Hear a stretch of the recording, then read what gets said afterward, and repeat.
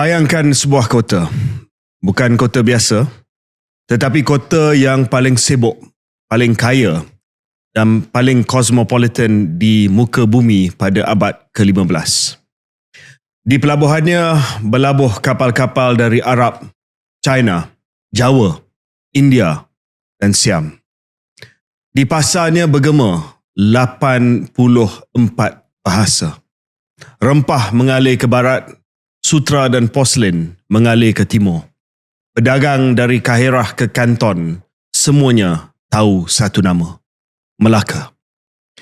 Tommy Pires, saudagar Portugis yang menyaksikan sendiri kemegahan itu, menulis dengan penuh kagum, siapa yang menjadi Tuan Melaka, tangannya menggenggam leher Venice ataupun leher dunia. Itulah kedudukan Melaka dalam ekonomi dunia ketika itu. Bukan sekadar pelabuhan, tetapi nadi perdagangan global.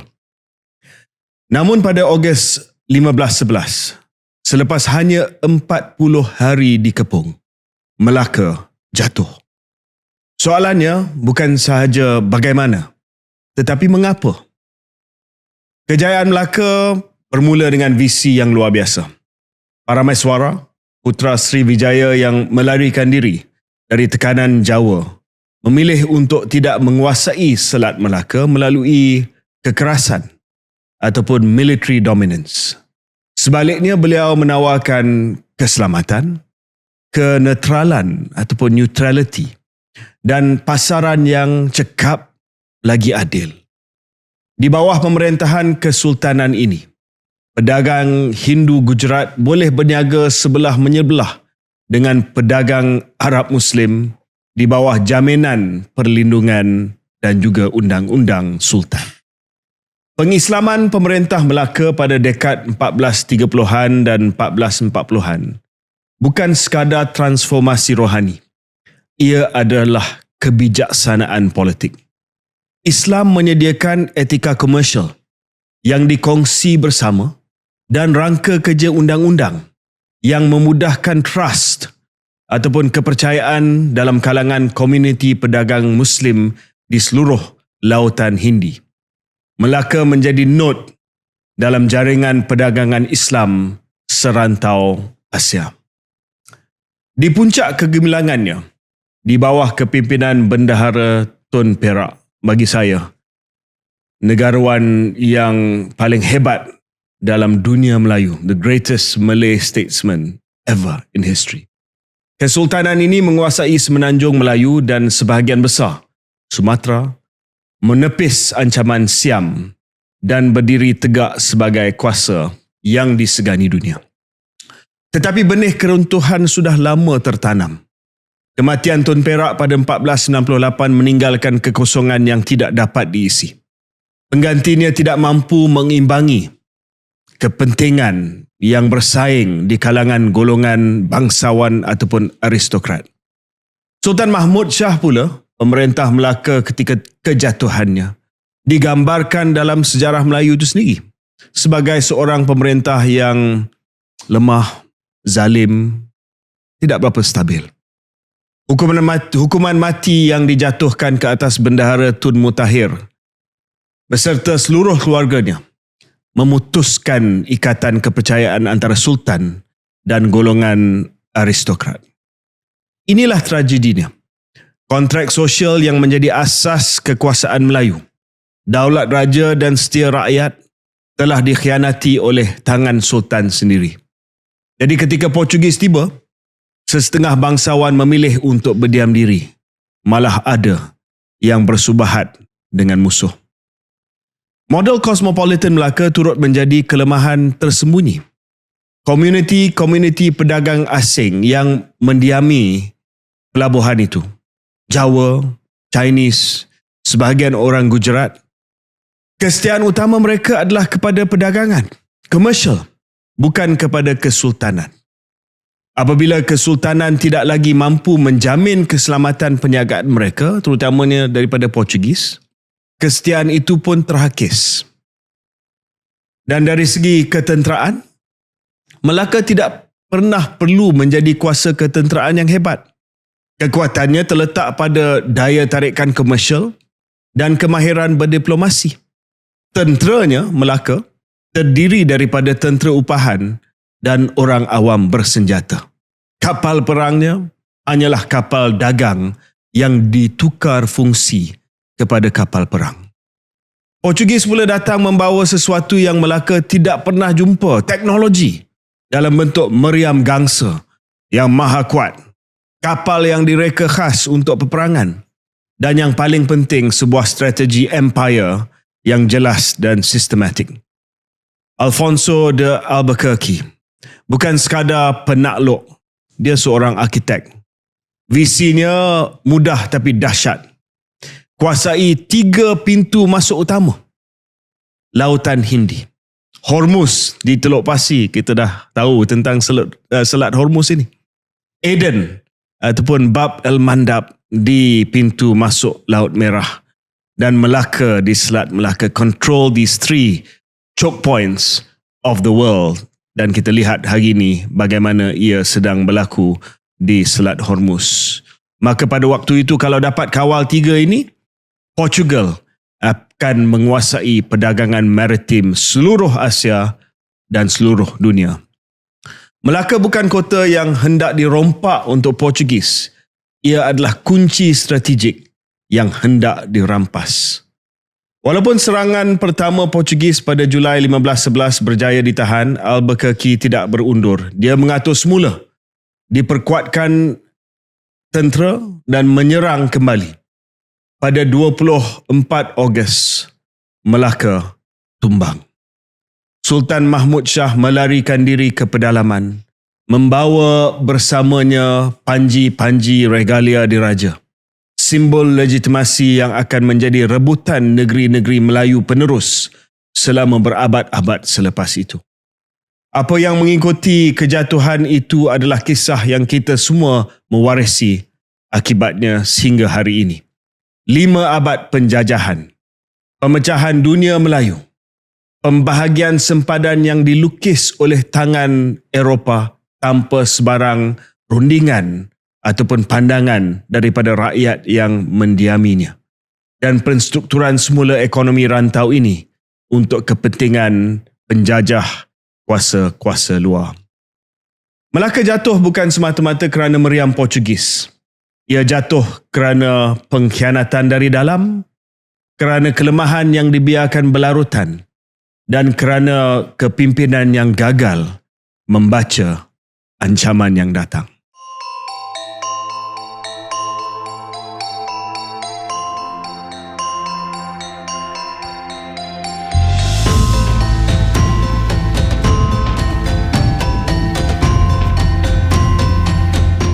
Assalamualaikum warahmatullahi wabarakatuh. Salam sejahtera dan selamat datang ke episod ke-9 Sejarah Kita bersama dengan saya KJ. Dan saya Edin Khoo. Edin, kita dah 2 bulan tidak ke udara atas sebab-sebab tertentu. Tak perlulah kita sebut lagi sebab komen saya telah mengundang reaksi yang sangat keras. Ya. Dan pelbagai, terutamanya daripada komuniti sejarawan. Saya rasa masanya tepat lah. Masa tepat. Okay. Sebab isu ini harus diperbincangkan ya. Sebab ia melibatkan iklim lah. Iklim budaya ilmu kita. Ya. Kita tak nak memanjangkan cerita ni sebab kita nak cerita tentang macam mukadimah saya tadi, the fall of Melaka ataupun kejatuhan Melaka dan juga impak kesan daripada kejatuhan Melaka tahun 1511. Tetapi saya nak respon pendek sahaja. Saya faham ramai yang tulis, ada yang tulis panjang lebar mengatakan bahawa ini adalah keengganan ataupun ketakutan struktural yang disebabkan oleh parti saya lah. Dia kata semuanya salah KJ lah, balik-balik salah KJ, disebabkan ketakutan berdekad-dekad lama di bawah undang-undang dan juga sistem yang represif. Disebutlah macam-macam penangkapan intelektual pada 80-an, Ops Lalang, Akta Keselamatan Dalam Negeri, Barisan Nasional dan sebagainya. Tak apalah, cuma respon saya, Akta Keselamatan Dalam Negeri ISA dimansuhkan pada tahun 2016, sudah 10 tahun, dan parti saya dah kalah 8 tahun. 2018 kita dah caw dah. So sekarang ni kita berada dalam dunia madani, dunia ilmu, di mana and I don't mean this in a cynical way, let 100 flowers bloom, not in the Chinese Communist Party way, but honestly let 100 flowers bloom right now. Dan ialah macam saya sebut, ini bukan soal kita tidak memahami sejarah tersebut, tetapi hari ini sekali lagi, kalau kita tidak menampilkan sejarawan yang boleh membincangkan, again, saya tak nak cakap sejarawan yang boleh menceritakan the truth, because history is contested, let's face it, tetapi at least menceritakan dari perspektif mereka, maka perspektif yang ada di luar adalah perspektif yang bagi saya lah sangat-sangat berat sebelah kepada a certain way of wanting to present history, which I don't particularly agree or like. But anyway, dalam sejarah kita bagi ruang kepada semua untuk datang dan untuk membincangkan sejarah negara Malaysia ataupun sejarah kawasan yang dulunya sekarang sudah menjadi negara Malaysia. Hari ini kita bersama dengan kita seorang yang berani menyahut cabaran, yang berani memecah tembok Menara Gading untuk mencemaduli bersama dengan rakyat biasa di media sosial YouTube. Tak masalah. Adalah Dr. Muhammad Shazwan Mokhtar, seorang pensyarah kanan, ketua program Siswazah di Pusat Kajian Sejarah Politik dan Hal Ehwal Antarabangsa, Universiti Kebangsaan Malaysia. Kepakaran utama beliau adalah dalam bidang sejarah ekonomi, sejarah global, imperialisme, itu kita nak bincang hari ini, dan penjajahan. Jadi sedikit saya nak bagi, of course, the background of Dr. Shazwan. Kelulusan Dr. Falsafah dalam bidang sejarah dari UKM, bidang penyelidikan sejarah ekonomi, perdagangan, pertanian, taraf hidup, sejarah global, imperialisme, kolonialisme dan sejarah Malaysia abad 19 hingga 20. Tetapi fokus semasa adalah penyelidikan bagi meneliti dasar pembangunan kolonial British di Tanah Melayu selepas Perang Dunia Kedua dengan menggunakan dokumen arkib mengenai perdagangan, kewangan dan Malaysianisasi. Dr. Shazwan, Assalamualaikum, apa khabar? Waalaikumsalam, baik, Alhamdulillah. Ya, sebelum kita bincang tentang the fall of Melaka, kejatuhan Melaka, implikasi kepada penjajahan 5 abad di negara kita, apa perasaan Dr. Shazwan hari ini sama dengan kita? Saya sangat teruja. Pertama sekali terima kasih kepada tim podcast kerana sudi mengundang saya. Dan saya pun tak terfikir secepat ini saya terus diundang sejak kes yang sesi yang sebelumnya. Dan bagi saya seperti yang diterangkan tadi, latar belakang akademik saya dan fokus pendidikan saya sahut cabaran ini bila saya dapat sahaja permintaan daripada Tuan Edin tentang tajuk ini. Saya terus cari semula di mana kumpulan catatan Portugis yang saya simpan tentang Melaka, dan bagi saya sebenarnya ada banyak perspektif lain yang kita boleh garapkan dalam konteks ketika kemerosotan Melaka itu. Selain daripada watak-watak, kalau kita lihat ataupun Google, kalau berkaitan dengan kejatuhan Melaka, Raja Mendelia, Kitul. Tapi sebenarnya ada watak lain yang barangkali kurang diberi perhatian, dan mungkin hari ini kita boleh tunjukkan dalam perbincangan ini supaya masyarakat dia lebih sedar bahawa pengetahuan sejarah negara kita, khususnya tentang Melaka ini, dia tidak terbatas dalam konteks perbincangan seperti mana yang kita belajar sejak selepas merdeka. Kerana hari ini bila orang bercakap tentang sejarah, tak sama seperti buku teks yang zaman kami sekolah dahulu tahun 60-an, 70-an. Yang mana seperti mana yang kita sebutkan tadi juga, sejarah ini dia tidak statik. Selagi mana ada penemuan baru, ada tafsiran baru, it's always can be contested. Doktor, mungkin saya nak mula dengan soalan mengenai kejatuhan Melaka. Berdasarkan kepada mukadimah yang saya ceritakan tadi, ini of course yang saya tulis berdasarkan kepada sumber-sumber yang dah diketahui, sumber-sumber biasa-biasalah. Saya melihat bahawa Melaka ni, dia macam, kalau dalam bahasa orang putih, dia sitting duck. dia sasaran mudah dan dia tak buat apa-apa untuk memastikan bahawa Kesultanan ataupun kalau nak panggil empire juga, tak adalah empire, Kesultanan Melaka itu ada daya tahan yang tinggi. Sebab bila saya tengok dan saya baca balik apa yang saya sebut dalam mukadimah tadi, yes, Melaka berjaya untuk lebih kurang 100 tahun. Tetapi dia tidak membina apa-apa resilience dari segi ketenteraan, mungkin dari segi global alliance. Ada dulu global alliance daripada China yang membantu untuk kita mempertahankan diri daripada serangan Siam, tetapi tidak mempunyai ketahanan yang lama. Dan Portugis pada waktu itu masuk ke dalam abad ke-16, hujung 15, dia sudah ada satu world view yang bukan hanya komersial, tetapi world view yang bercantum dengan agama, yang dia nak meluaskan empire Kristian. Dan mesti dia nampak daripada jauh. Vasco da Gama nampak daripada jauh, Albuquerque nampak daripada jauh. Next, we're going after Melaka. Adakah Melaka vulnerable dan tidak ada sesiapa yang nampak bahawa Melaka itu sebenarnya vulnerable pada masa itu? Hujung-hujung nak jatuh Melaka ni. Oh ya, sebenarnya susah juga soalan itu saya jawab, kerana dalam catatan semasa yang kita ada pun tak nampak sebenarnya adakah Melaka dia sedar kedudukannya yang mungkin goyah ataupun rapuh ketika itu. Tetapi kalau boleh saya kongsikan di sini, kalau kita teliti semula catatan Portugis ketika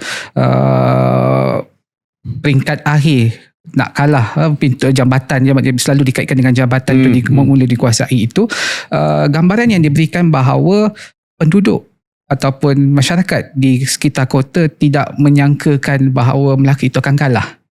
Kerana mereka ketika mereka mula masuk ke kawasan, and then Alfonso memberikan masa lebih kurang 3 hari kepada armada ataupun apa yang kita boleh panggil askar-askarnya itu untuk menjarah ataupun memungut apa sahaja harta-harta yang ditinggalkan itu, dan mereka melihat bahawa seolah-olah harta itu disimpan, masing-masing terutama di kawasan pembesar itu disimpan di bawah tanah seumpamanya mereka akan datang kembali. Dan memang kalau kita lihat dalam catatan itu sebut menunjukkan bahawa memang ada cubaan untuk masyarakat Melaka yang lari pada peringkat awal untuk kembali.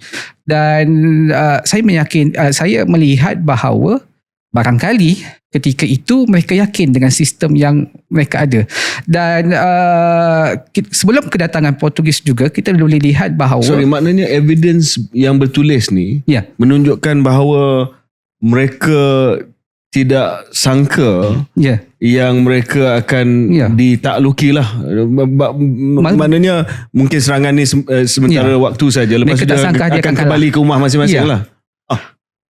Kerana bagi dalam catatan peringkat awal bila mereka masuk ke kawasan bandar, ketika itu dia gunakan istilah bandar city, harta itu seumpama lalu saja di laluan itu ada. Mereka boleh mengawal dan mereka tak sangka, dalam catatan Portugis mereka sendiri tak sangka keadaan begitu boleh berlaku. Dan juga seperkara lagi adalah sebelum kedatangan Portugis kita tahu Melaka telah menghadapi siri peperangan dengan serangan terhadap Aru, kemudian dengan Siam. Dan dalam catatan Sulatus Salatin dia menyebut bahawa Sultan Mansur ketika itu dia rasa dia takkan kalah kerana dia ada sekurang-kurangnya ketika dia menentang Siam, kalau tak silap saya ada lebih kurang 90,000 askar. Kemudian ketika kedatangan Portugis, dalam catatan Portugis menganggarkan sekitar 100,000, sedangkan armada yang dibawa oleh Alfonso itu tidaklah, kalau ikut logiknya tak mungkin boleh dapat menaluki. Saya ada soalan yang agak simple, agak mudah. Apakah keupayaan senjata orang Melaka? What was the peranan of firepower? Agak tricky juga tentang perkara tersebut, tetapi bagi saya berdasarkan pengamatan yang kita lakukan di situ, kita tak boleh nafikan bahawa Melaka ada kekuatan senjata apinya. Bahkan dalam satu naskah Sulatus Salatin dalam version pesantren yang disunting oleh Arwahiyarham Profesor Ahmad Adam, ada menyebutkan bahawa ada satu laporan daripada Kapitan Moore kepada Vasco da Gama, selagi mana ada bendahara, dan saya yakin dia merujuk kepada Tun Mutahi itu, Portugis ataupun dari Goa itu, hantarlah berapa banyak sekali armada pun takkan boleh menang. So di situ menunjukkan ada satu hint bahawa Portugis juga melihat wujudnya kekuatan defensif Melaka ketika itu, dan dalam catatan kita lihat penaklukan itu tidak berlaku dalam masa 1 hari. Ya, dan dalam catatan juga menunjukkan serangan dan juga defensif yang dilakukan. Kalau tak silap saya, Raja Ahmad ni dengan gajahnya itu sangat yang digambarkan itu sangat, kita panggil sangat sengit berlaku di situ. Apa Doktor rasa yang mendorong Albuquerque untuk tidak mengalah? Sebab macam doktor kata, ya tidak, penaklukan itu tidak berlangsung dalam tempoh masa yang beberapa hari, 40 hari. Dia pergi, lepas tu dia balik, dia regroup balik, lepas tu dia pergi balik. Apakah yang mendorong Albuquerque untuk terus menyerang Melaka sehingga dia dapat Melaka? Adakah dia rasa bahawa dari segi, ada yang kata kejatuhan Melaka ni adalah kejatuhan intelligence operation. Maksudnya dia terus mendapat risikan daripada ejen-ejen tertentu. Satu. Kedua, adakah dia mendapat sokongan daripada rantaian bekalan dia? Sebab Portugis dia datang dengan armada, tetapi armada itu dibantu oleh satu rantaian bekalan yang sampai ke Lisbon lah. Betul. Goa, dia ada base dia hantar senjata, dia hantar cannon, macam-macam lah dia boleh hantar. Dia bukan hanya beberapa kapal saja. Ataupun ketiga, ini memang untuk Albuquerque do or die lah for the Empire of Portugal, sebab dia tahu dia punya strategic importance, kepentingan strategik. Macam mana pun biar berputih mata, dia kena menang di Melaka. Kita cuba lihat dari sudut yang besar. Kalau kita lihat dalam, selain daripada catatan ataupun penulisan yang sedia ada, sebenarnya impian Portugal untuk sampai ke Asia, terutamanya untuk menguasai laluan perdagangan rempah itu berlaku sejak awal lagi. Kalau kita boleh katakan sekitar sejak akhir abad ke-15 mereka dah ada perancangan. Jadi di situ saya melihat, kalau kita lihat bila sampai saja rombongan ataupun armada Lope de Esquerra itu, kita dapat lihat bahawa Portugal sebenarnya dia sampai, ataupun dia ketika dia sampai ke Melaka itu, dia bukan datang macam kalau kita kata Christopher Columbus menemui benua Amerika. Tidak, mereka dah ada perancangan yang sistematik, dan saya lihat bahawa maklumat Portugis tentang jaringan Melaka itu mereka dah ada, dan ada semacam satu konspirasi sebenarnya sebelum ataupun sejak peringkat awal kedatangan mereka itu, mereka dah mula ada some kind of connection dengan Siam misalnya. Mereka ada hantar utusan kepada Siam, and then kita dapat lihat juga ada semacam satu usaha ejen-ejen Alfonso pergi ke wilayah Melaka yang lain, Kampas, Siak dan sebagainya. Dan saya melihat bahawa dia kena dapatkan Melaka kerana sudah mendapat perkenan daripada Raja Manuel I daripada Portugis. Selepas dia dapat perkenan itu, barulah dia datang dengan armada dia yang besar itu. Dan juga sedikit sebanyak kalau kita lihat pun dalam tempoh serangan itu, dia datang, boleh saya katakan dalam satu version yang lain 3 kali. Pertama kali datang ketika Lope de Esquerra dengan alasan untuk apa namanya itu, kita panggil melawat, melihat apa yang ada di Melaka. Kemudian kedatangan kedua, kita dapat lihat Lope de Esquerra menembak meriam. Kalau dalam istilah Sulatus Salatin itu, dia kata tiada tahu bahasanya, ibarat tindakan itu kurang ajar. Kemudian di situ juga kita dapat lihat bahawa sudah ada kesedaran di Melaka itu bahawa dua kali kedatangan itu seumpama semacam mahu melakukan risikan, nak survey dulu apa yang ada di Melaka.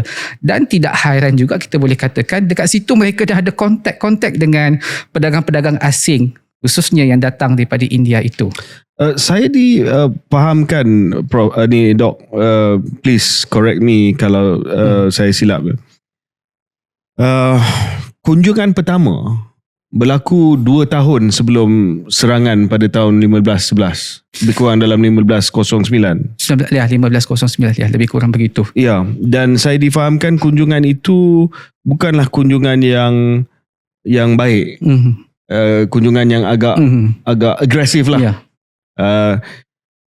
Dalam 2 tahun tu, kenapa Dok, ini kita try to imagine lah, sebab mungkin tak ada bahan sejarah yang menunjukkan kenapa itu berlaku. Kenapa tidak ada persiapan di pihak Sultan Melaka pada masa itu untuk memastikan bahawa sekiranya diserang oleh Portugis, dia bersedia? Kalau nak katakan begitu, saya rasa kesedaran untuk persiapan kedatangan Portugis itu telah ada, tapi hanya dicatatkan dalam naskah Sulatatul Salatin hanya beberapa perkataan saja. So kesedaran untuk persiapan itu ada. Saya boleh katakan ada, tetapi ya, to what extent persiapan itu, sebab kalau kita tengok kan dalam gambaran catatan Portugis, dia gambarkan bahawa kubu-kubu Melaka itu dengan kayunya dan sebagainya. Tetapi harus kita beri perhatian, terutamanya penulisan Tommy Perez tentang Melaka itu dikritik oleh Wilkinson, seorang pengkaji kolonial British yang melihat penulisan tersebut terlalu bias kepada Portugis. Dan and then of course saya melihat di sini dia mesti akan tunjukkan apa kelebihnya Portugal itu ataupun Portugis itu. Dia Portugis. Ya. Compare dengan lokal. Dan juga dan sering juga dikatakan bahawa tak ada binaan batu, semacam fortifikasi kita kayu. Ya. Saya macam kita tak boleh menolak semudah itu, kerana dalam catatan mengatakan bahawa pagar-pagar istana dirobohkan dan digunakan untuk membina tembok ataupun kubu Portugis. Jadi ya, kita tak mungkin, kalau kita gunakan pemahaman kita, istilah pagar hari ini tak semestinya sama dengan seperti mana yang berlaku lebih 1000 tahun yang dahulu. Dan juga reka bentuk rumah, ya, saya cuba kaitkan dengan penulisan ataupun dapatan kajian era Sriwijaya. Dalam dapatan arkeologi menunjukkan kerajaan-kerajaan selepas itu dia seakan-akan meneruskan reka bentuk ataupun kota pelabuhan ketika era Sriwijaya. Dan bagi saya ada masuk akalnya juga, kerana ketika Portugis mula memasuki kawasan kota Melaka, mereka temui ada rumah yang sebahagian bawahnya itu dibina dengan batu dan atasnya dengan binaan kayu. Dan adakah itu nak menunjukkan kemunduran Melaka ketika itu? Saya cuba berfikir daripada sudut yang lain. Of course, binaan ketika itu mestilah dia memenuhi keperluan semasa. Of course, iklim ketika itu tidak sama seperti yang mana berlaku di Eropah. Even kalau saya boleh kongsi sedikit, ketika Einstein tiba di Melaka, dia tak tahan dengan cuaca di Melaka. Dia claim, tapi dia puji orang Melaka ketika 1920-an kalau tak silap saya, dalam keadaan cuaca yang begitu, yang panas, yang tidak tertahan oleh orang Eropah, mereka boleh bekerja ataupun berfungsi dengan baik. Doktor menggunakan satu perkataan yang menarik tadi. Bukan nak kata Melaka tu mundur, tetapi apakah ciri-ciri bahawa ia mula merosot dari segi infrastruktur? Sukar juga untuk saya jawab. Barangkali kalau saya sebut barangkali ni memang komedi sejarah tidak boleh berdasarkan andaian. Tetapi bagi saya kita cuba moving forward, kita mencipta spekulasi untuk mencari bukti. Kalau tiada spekulasi, macam mana kita nak mencari bukti? Saya suka. So dalam konteks kemerosotan infrastruktur, kerana kalau saya cuba kaitkan dengan perkembangan yang berlaku pada abad ke-16 itu, kita dapat lihat di Eropah itu the transition, the late zaman pertengahan kepada zaman moden dalam konteks Eropah. mereka banyak menyerap ataupun mengambil hasil teknologi yang dihasilkan oleh kerajaan Islam atau kemudian kerajaan Islam ketika itu. Dan ada mengatakan bahawa even Melaka dah ada senjata api, tetapi mereka tidak terjangka bahawa kekuatan senjata api yang dimiliki oleh Portugis itu adalah lagi hebat. Itu satu-satu sudut pandangan. Dan ya, kalau kita tengok dalam teks Sulhatul Salatin pun nampak kecenderungan itu ada. Ya, mereka macam seolah kenapa peluru yang tajam itu, mereka macam something yang benda baru yang mereka temui. Mereka tahu senjata api itu ada, tetapi bentuk teknologi yang dibawa itu. Dok, saya nak beralih kepada peranan saudagar-saudagar ni. Ya. Sebab tadi sekali lagi dalam mukadimah saya kata kekuatan Melaka ni bukan kekuatan militer ataupun military. Dia lebih, kita dah cover Melaka 2 episod dah. Melaka ni adalah, tarikan dia adalah satu tempat yang adil dan senang untuk berdagang. Maknanya dia tak tipu, dia ukur dan timbang dengan adil. Ada Syah Bandar yang menjaga kawasan-kawasan perdagangan dan pelabuhan, ada Temenggung yang jaga keselamatan, ada bendahara yang jaga percukaian dan juga pentadbiran. Dalam etika termoden, state with good governance lah. Itu sebab orang berdagang dekat Melaka, dia tak nak pergi tempat yang dia akan kena rompak. So ni tata kelola best di Melaka. Tetapi bila tata kelola best di Melaka, diplomasi pun hebat zaman Tun Perak. Kita tak fikir bahawa saudagar ni sebenarnya dia punya kesetiaan lekat dengan Melaka disebabkan itu. Bukan disebabkan benda lain. Dia tak setia kepada Melaka, dia tak setia kepada Sultan, dia setia kepada the system yang Melaka sediakan untuk dia orang. So bila sistem itu dah mula goyah, bila ada serangan daripada Portugis di laluan Lautan Hindi, dia kacau saudagar-saudagar tu di Goa, di Lautan Hindi dan sebagainya, dia rasa takut lah. Dia rasa okay, kalau kita tak ikut Portugis ni, apa Portugis cakap, apa yang dia nak buat kat Melaka ni, dia akan kacau kita. Sebab Melaka ni satu note saja. Laluan ni daripada China sampailah ke Arabian Peninsula and of course to Europe. So soalan saya sekali lagi, adakah ini merupakan satu blind spot bagi Melaka yang mengatakan bahawa okey, kita sediakan semua, tetapi akhirnya akan berlaku, dan saya tidak menggunakan perkataan ini dengan remeh, pembelotan daripada saudagar-saudagar bila kepentingan mereka diancam oleh Portugis. Of course, dia tak ada apa-apa kesetiaan kepada Melaka dan dia tak akan bantu Melaka. Menarik untuk soalan itu untuk kita fikirkan, tetapi kalau boleh saya jawab secara indirect, kerana saya tak berani nak buat satu claim yang jelas tentang perkara tersebut. Tapi kerana dalam teks juga menunjukkan situasi, dia tak label berlakunya pembelotan, tetapi kita sebagai pembaca hari ini, kita boleh gunakan kefahaman kita, ya, kita boleh buat judgement. Of course, historian tak boleh buat judgement, tetapi pembaca, bagi saya tak ada masalah sebagai layman untuk mendapatkan iktibar daripada sejarah tersebut. Ya, kita dapat lihat di situ bahawa kepercayaan tanpa kita panggil itu, tanpa waspada untuk kumpulan yang tentu sebenarnya sedikit sebanyak menampakkan bahawa faktor dalaman yang merosakkan Melaka itu dari dalam. Ya, misalnya kalau saya boleh kongsikan watak Naina Catu.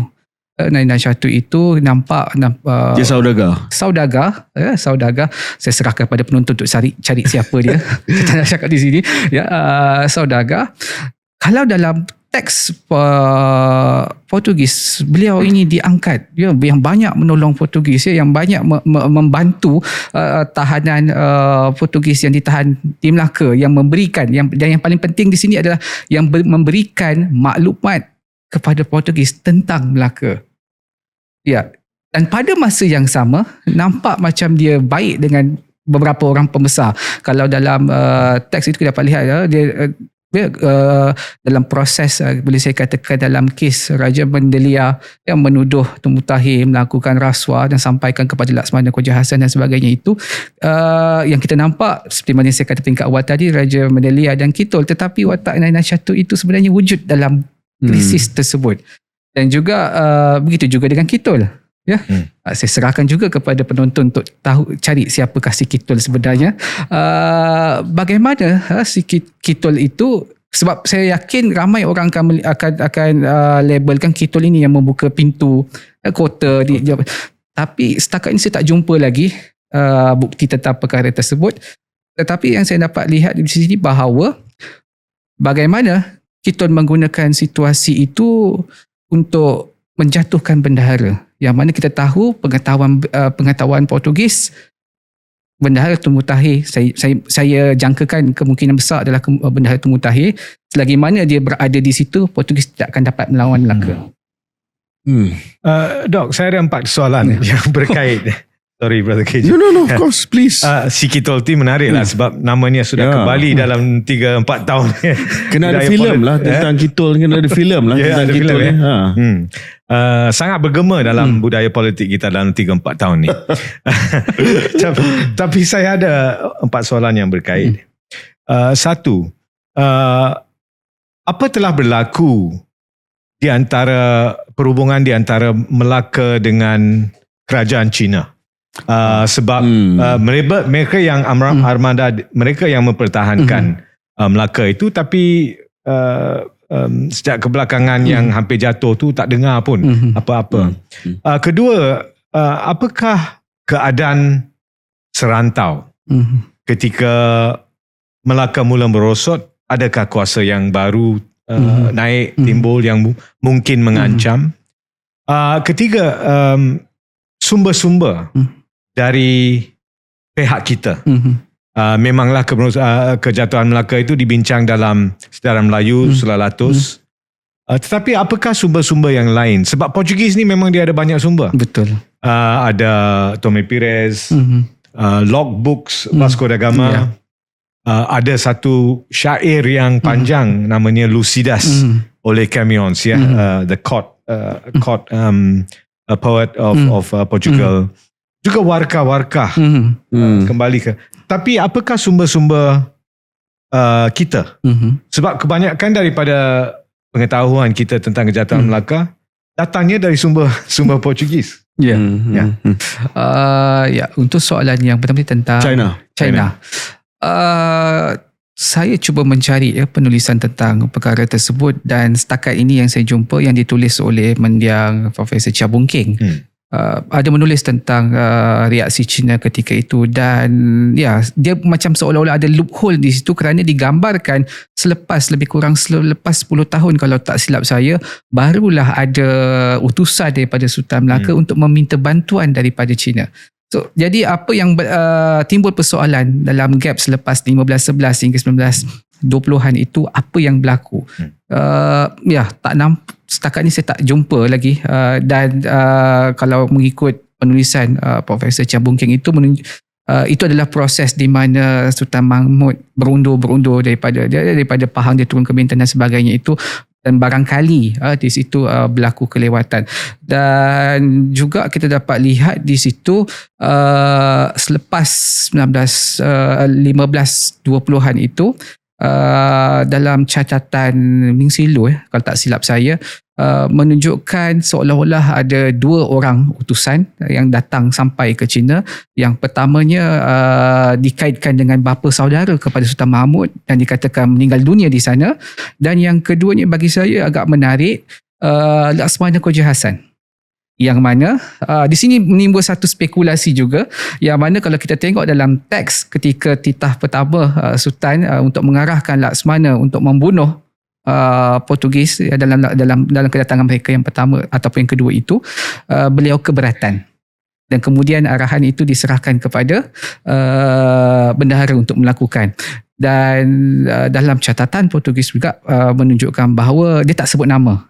Ada semacam seorang pembesar yang baik rupanya, sudah berumur, yang ingin memihak kepada Portugis. Dan tetapi dalam dalam sumber Cina menunjuk tidak jelas bahawa nama Laksmana Koja Hassan, tapi saya tak ingat nama teks Cina tersebut. Dikaitkan seolah-olah beliau datang ke sana jumpa Maharaja dengan tangisan memohon bantuan untuk selamatkan. So dia some kind of wujud spekulasi di situ. Ya, saya rasa soalan penting sebab dalam pemahaman saya pada waktu tersebut kita memang bayar ufti kepada China. Bayar ufti dengan harapan bila kita kena serang dia datang tahankan kita lah. Kalau dalam kes Siam dia memang ada pengaruh tersebut. Tapi bila Portugis datang macam tak ada kelompongan di situ.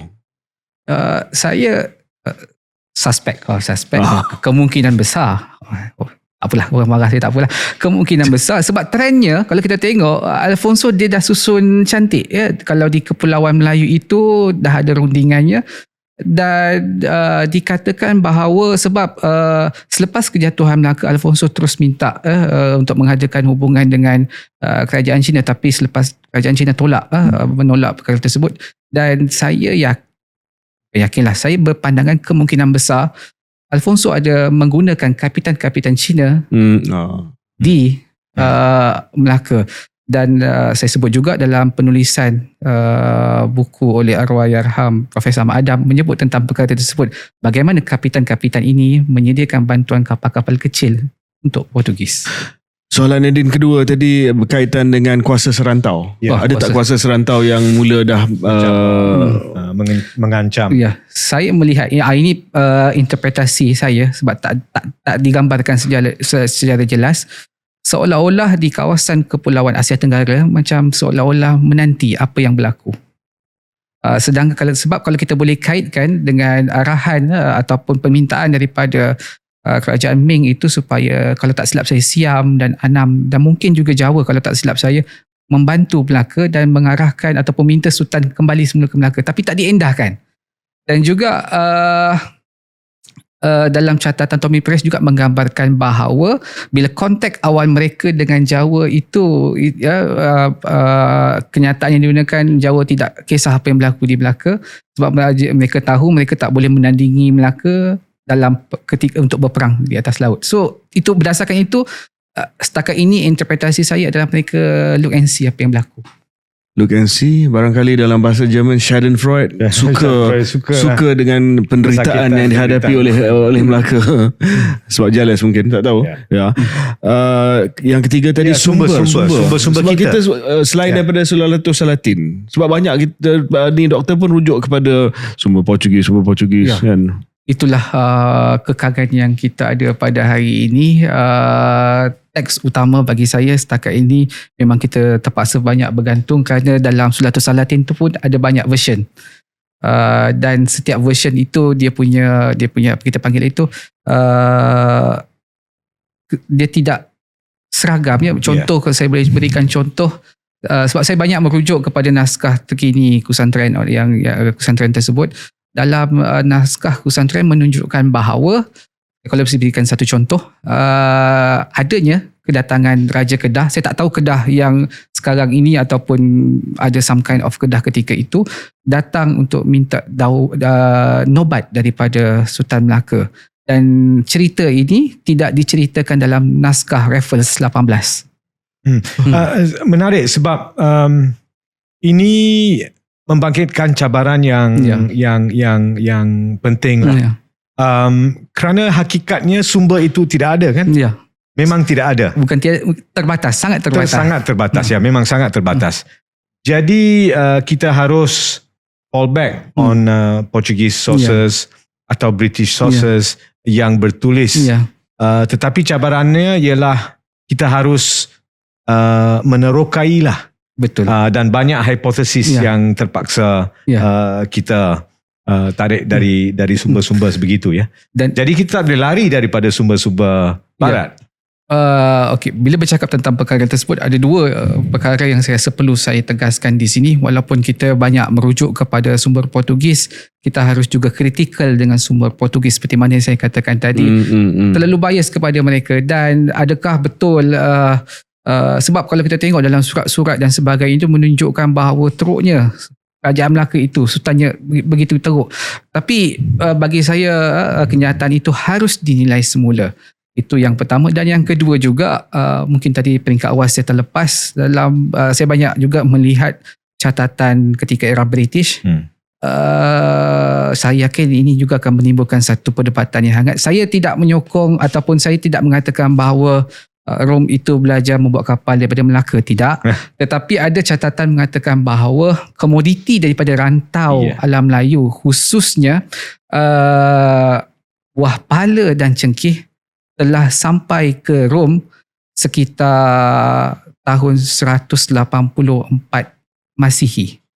Dan juga pedagang daripada Venice juga telah dapat bertemu dengan pelayar ataupun pedagang dari rantau ini seawal tahun 1184 kalau tak silap saya. So dekat sini kita menunjukkan knowledge Eropah terhadap rantau Kepulauan Melayu itu telah ada pada peringkat awal lagi. Dan apa boleh dikaitkan dengan sumber? Ya, kita kena cari lagi sumber. Saya rasa itu tidak sesuatu yang kontroversial. Malah kita pernah bincang pada episod-episod awal Golden Crescent dah ada kesedaran berkaitan dengan Suvarna Bumi kawasan ini di kalangan dan di dalam tulisan-tulisan Eropah pada awal sejarah yang disebutkan tadi. Doktor, mungkin kita akan break seketika dan kita akan kembali membincangkan satu berkaitan dengan kejatuhan Melaka, tapi kita nak expand kepada kesan ataupun implikasi daripada kejatuhan Melaka dan betapaknya penjajahan di alam Melayu pada waktu itu.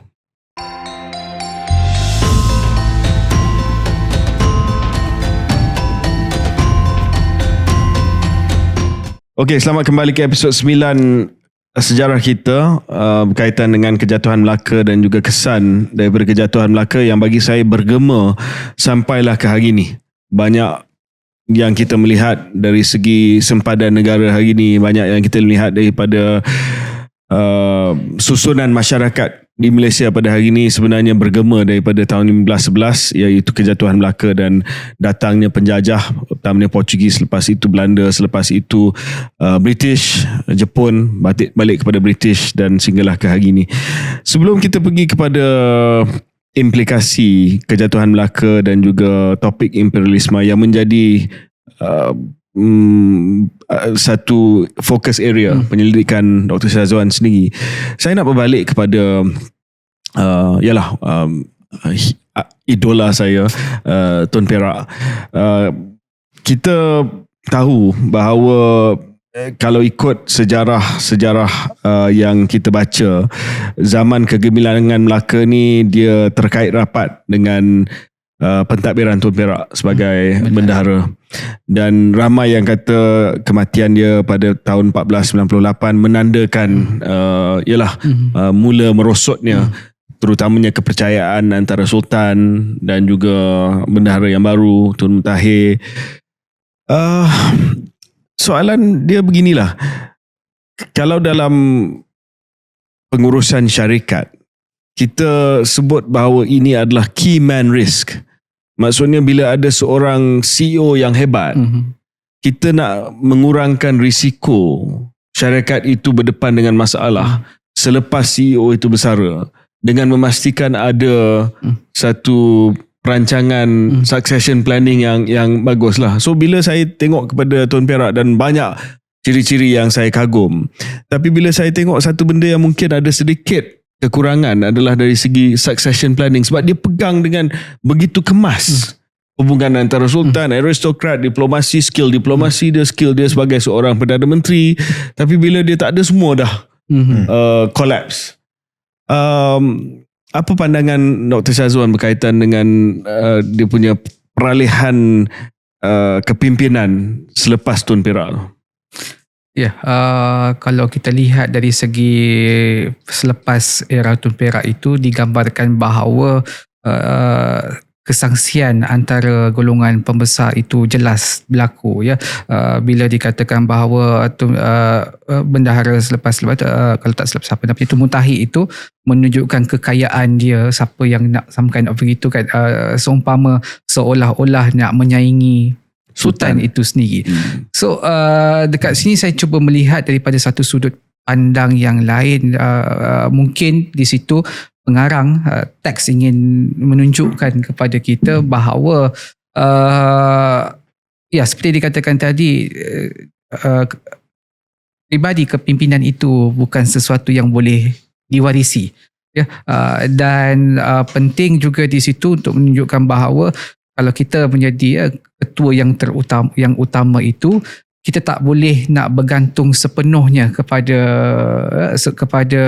orang bawahan, dalam kes ini golongan bendahara dan sebagainya. Itu sebab kalau kita lihat dalam teks juga menunjukkan bahawa selepas zaman Tun Perak itu, kalau golongan pembesar itu digambarkan sebagai seorang yang tepuk, yang lembab, macam menunjukkan some kind of sifat-sifat yang kurang baik ditunjukkan di situ. So bagi saya itu tentang perkara tersebut. Kalau saya boleh ambil jalan sikit tentang Tun Perak ni. Sebenarnya banyak pengetahuan kita tentang Melaka itu agak terbantut ya. Jadi kita fall back on adjectives. Gemilang, hebat, zaman agung dan sebagainya. Tapi Melaka itu penuh dengan lambang. Sekarang ni banyak diperhebohkan tentang Hang Tuah. Tetapi sebenarnya yang menjadi lambang Melaka itu ialah Tun Perak. Sebab dengan Tun Perak itu adalah ciri utama yang membawa Melaka naik, iaitu kebijaksanaan. Ya, betul. Dalam apa pun di Melaka itu ada kebijaksanaan. Jadi bagaimana tanggapan kita pun sudah berubah ya. Dari Tun Perak dan kebijaksanaannya ke Hang Tuah yang kadang-kadang bukan punya cerita. Bagi saya di sini adalah bagaimana pada hari ini kita nak membawa naratif itu, dan dalam sejarah juga kita melihat kepada siapa yang kita nak angkat ataupun iktiraf ya. Dan yalah, of course bila Hang Tuah dia ada hikayat khusus, hikayat Hang Tuah ataupun hikayat Hang Tuha oleh Profesor Ahmad Adam. Dan kalau nak kisah Hang Tuah itu lebih banyak ya, lebih kalau kita kata hikayat, dia satu hikayat yang lebih besar. Sedangkan kisah Tun Perak itu lebih filosofikal. Dia disebut dalam beberapa episod saja. Tetapi di sini saya boleh katakan bahawa dua ataupun ada tiga perkara. Kalau ada tiga perkara yang saya boleh tunjulkan di sini kepentingan bahawa ketika mana apabila Tun Perak itu dipanggil daripada Kelang datang ke Melaka, dia membawa boleh kita katakan seluruh keluarganya. Digambarkan perempuan, anak bini semua dibawa. Dan dia ditegur kenapa sedangkan pembesar hanya bawa kaum lelaki-lelaki saja untuk berperang. Tetapi itu yang membuatkan Sultan rasa, barangkali saya melihat tafsiran saya, Sultan rasa macam bagusnya dia ni, kita perlu diangkat. Dan daripada itu kita nampak beliau boleh kita kata succession dia naik kepada bendahara itu tidak terlalu lama, dalam tempoh yang sekejap juga. Dan yang keduanya adalah tentang satu kisah yang mana ketika mana anaknya dibunuh ketika anaknya dibunuh. Dan saya melihat juga bahawa digambarkan Tun Perak tidak membuat apa-apa tindakan, hanya selepas anak sultan, tetapi sultan menghantar Raja Muhammad ke Pahang. Di situ memberikan kita satu signal juga bahawa Sultan nak arahkan anak dia pergi ke Pahang. Samkan ada satu, ni tafsiran saya lah, semacam acknowledgement Sultan terhadap ketokohan Tun Perak ketika itu. Dan juga peristiwa tu kita dah cover dalam episod sebelum ini. Itu adalah mungkin keputusan Sultan untuk menjaga the so-called social contract lah. Bila sesuatu yang kesilapan berlaku, Sultan tu akan mengakui kesilapan itu. Dalam hal ini bukanlah untuk menghukum anak dia mati, tetapi untuk hantar anak dia diusir keluar lah daripada negeri dan hantar ke Pahang pada waktu itu. Dan itu yang menjaga kontrak sosial yang mungkin macam saya sebut dalam mukadimah saya tadi, dia ada rupture sikit apabila Tun Tahir dibunuh oleh Sultan. Wa'ad saja, dan kalau tak silap saya satu manifestasi konsep wa'ad atau wa'adat ketika itu.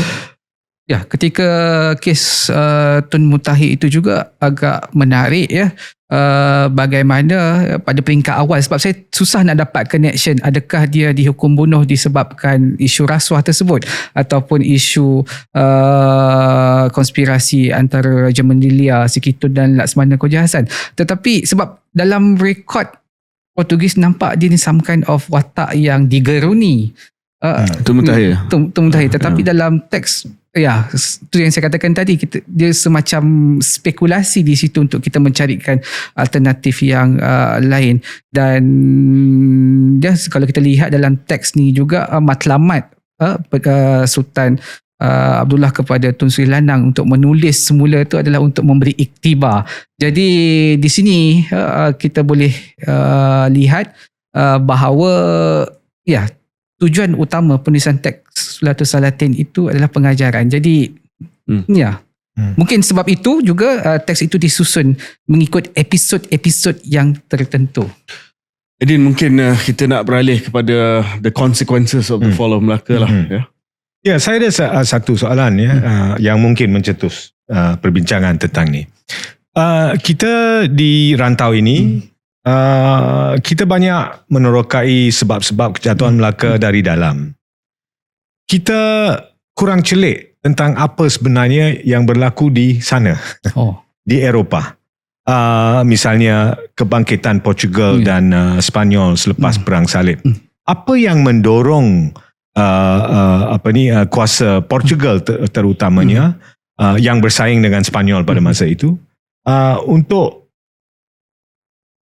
menyebar kuasa dia ke rantau ini? Dorongan utama. Kalau saya boleh kaitkan dengan ketika itu Vasco da Gama ditanya kenapa nak perlu susur ke Tanjung Harapan, itu dua sahaja jawapannya, Christianity and spice. Jelas di situ, dan saya serahkanlah kepada penonton untuk membuat tafsiran. Dan juga pada masa yang sama, kalau kita lihat apa yang berlaku di Eropah itu, Spanyol dan juga Portugal menjadi kuasa maritim yang besar compared to others. Kalau Belanda, British pun selepas akhir abad ke-16 baru mereka mula bangkit.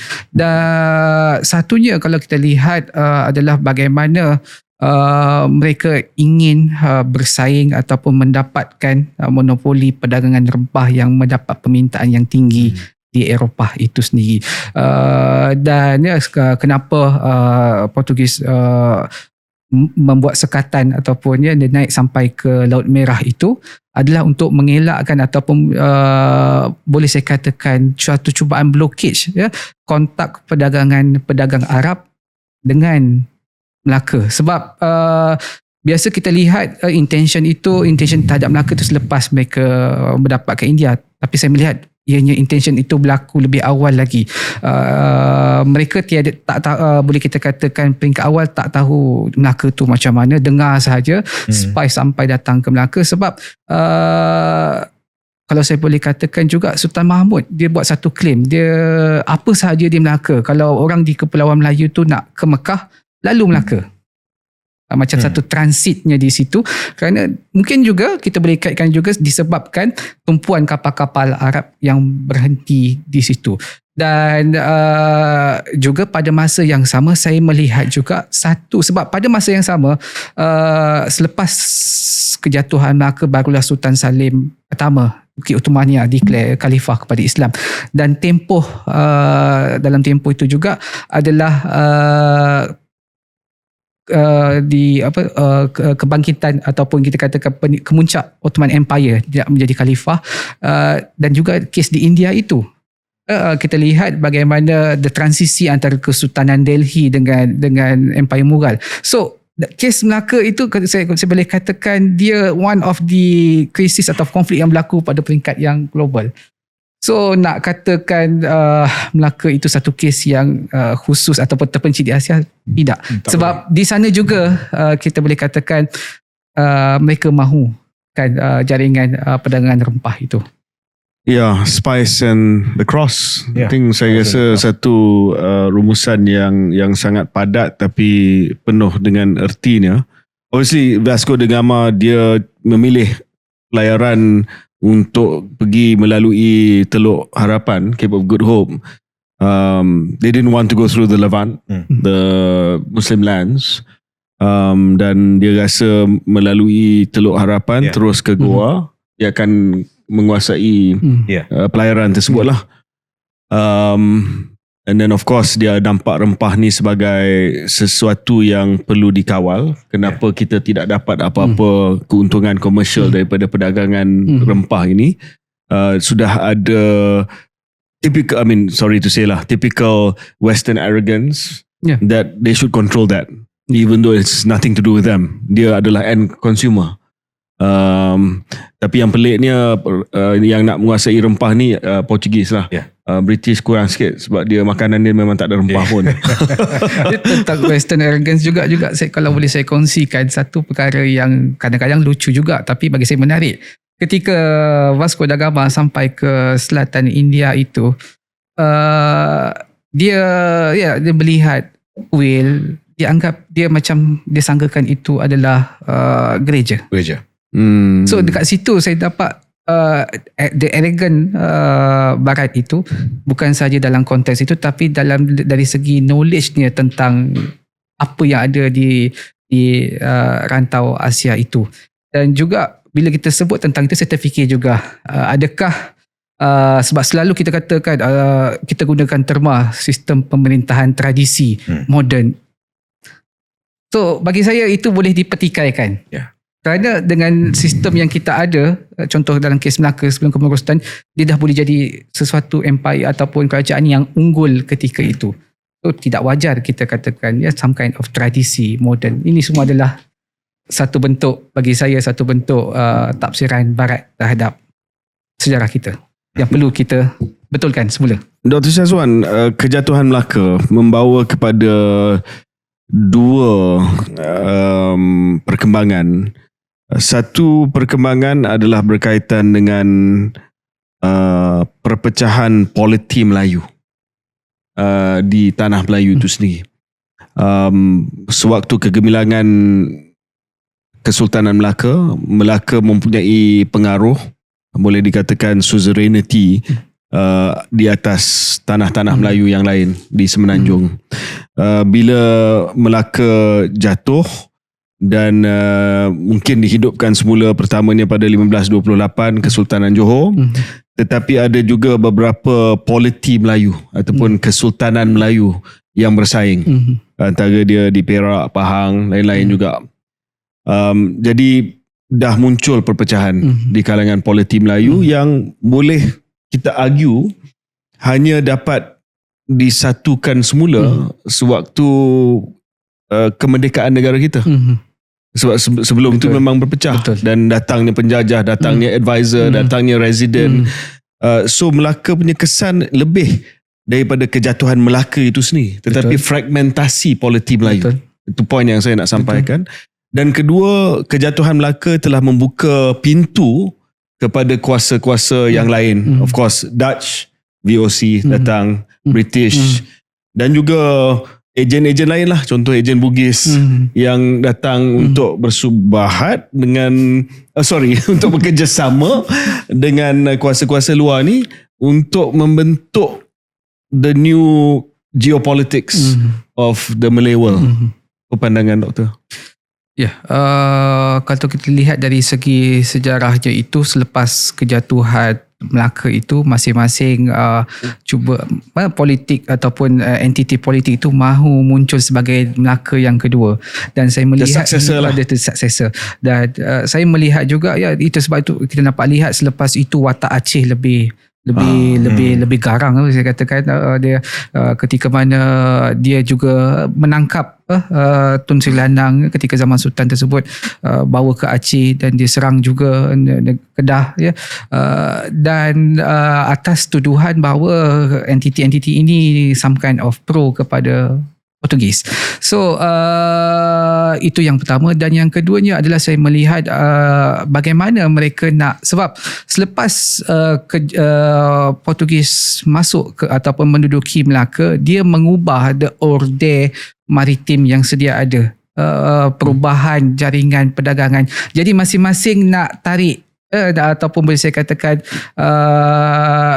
nak jadikan kawasan ataupun kerajaan mereka sebagai tumpuan daripada pedagang-pedagang sama ada daripada barat maupun ke timur, dan of course berkaitan dengan ekonomi juga.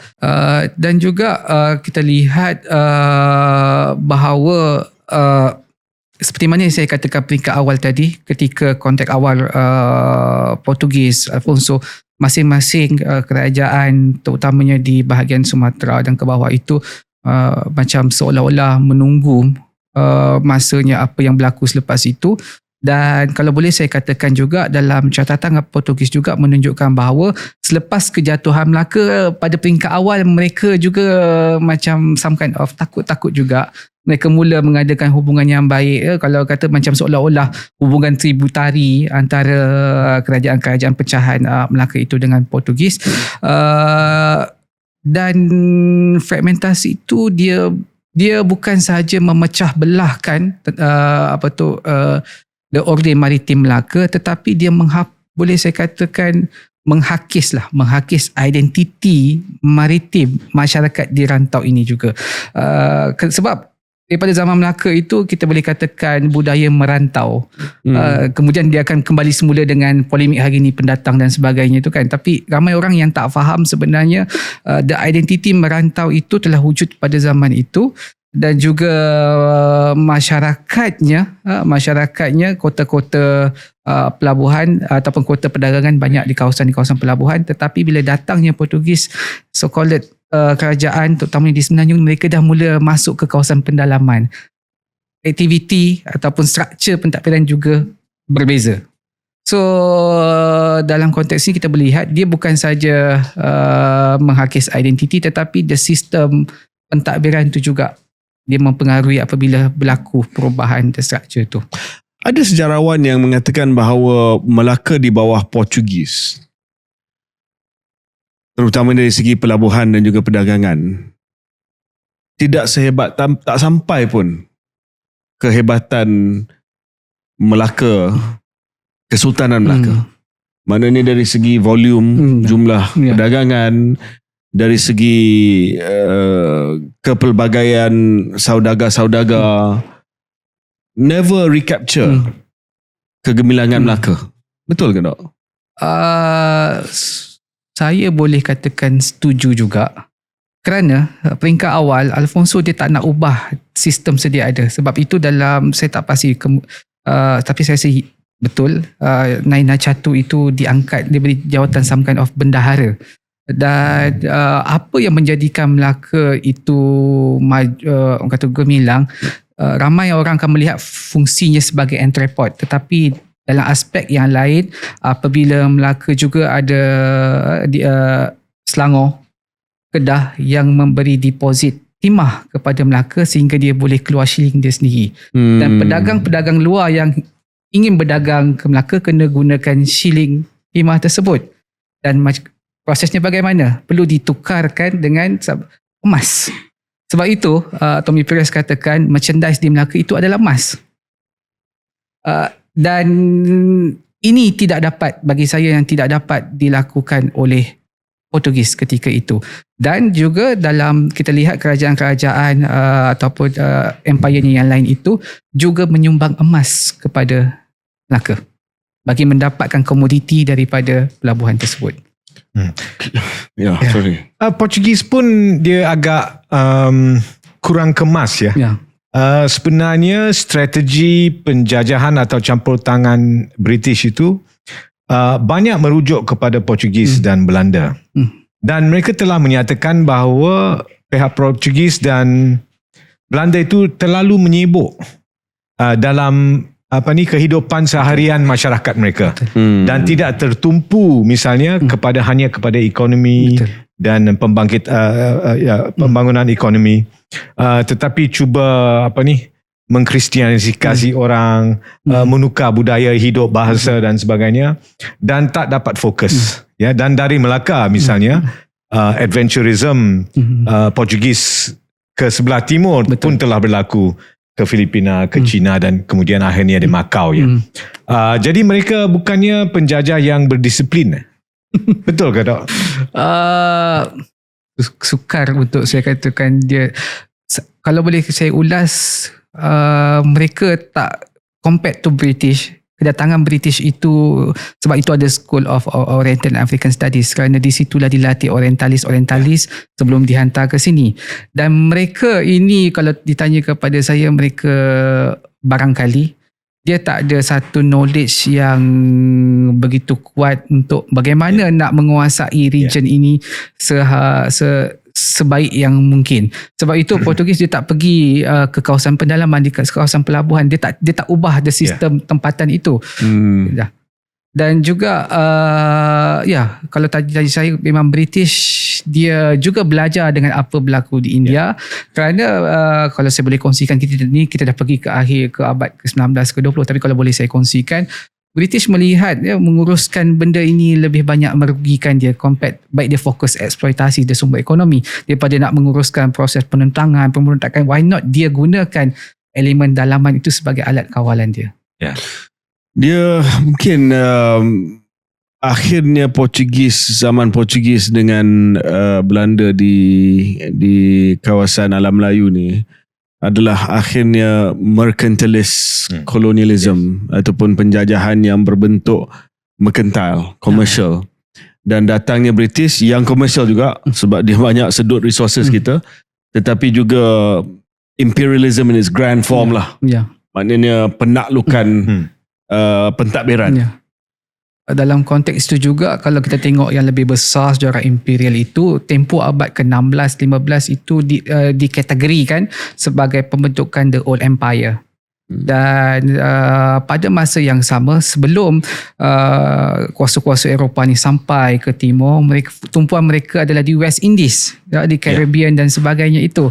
Dan bila kedatangan Belanda, British dan selainnya itu mewujudkan persaingan yang boleh saya katakan yang agak hebat di situ, maka mereka turun ke timur, khususnya untuk memenuhi biasa yang sering kita kaitkan dengan revolusi industri, komoditi yang ada di sini untuk support keperluan di sana. Edin, kita dah sampai ke penghujung episod kita. Mungkin ada keluar sikit daripada cerita kejatuhan Melaka ni. Ada apa-apa soalan-soalan dasar berkaitan dengan sejarah yang nak ditujukan kepada Dr. Syazwan sebelum kita we let him go? Tak, dalam penghebohan lah yang dicetuskan oleh kenyataan Brother KJ, saya rasa sangat penting. Tetapi saya banyak ada kenangan lah mengenai ayahanda saya sendiri, yang banyak yang kenal Kukek Kim itu masa dia dah muncul sebagai sejarawan kebangsaan dan sebagainya. Tapi nama dia mula naik pada masa dia belum habis PhD pun. Dan saya baru menemui satu makalah yang ditulis pada masa ada seorang yang muncul di negeri Pahang yang menggelarkan dirinya sebagai Mat Kilau. Pada tahun 70-an. Dan ayah saya telah menulis satu makalah yang akan kita terbitkan kembali, yang dianjurkan atau disponsor atau oleh Yayasan Anda dan ABIM pada masa itu. Sri Anwar punya Yayasan Anda. Yang secara rapi memperkenalkan satu pendekatan. Dia tidak menyanggah atau mengkritik orang yang menggelarkan diri Mat Kilau. Tetapi dari episod itu dia telah merakam satu pendekatan tentang historiografi. Apakah pendekatan kita mengenai terutamanya sejarah Melayu? Bagaimana kita dapat menerokai? Tapi sekarang ni macam ada iklim, selalu ada yang saya tak nak cakap pasal tu, takut orang marah, salah faham. Siapa mereka ini sebenarnya yang kita takuti sangat? Sorrylah saya tanya. Saya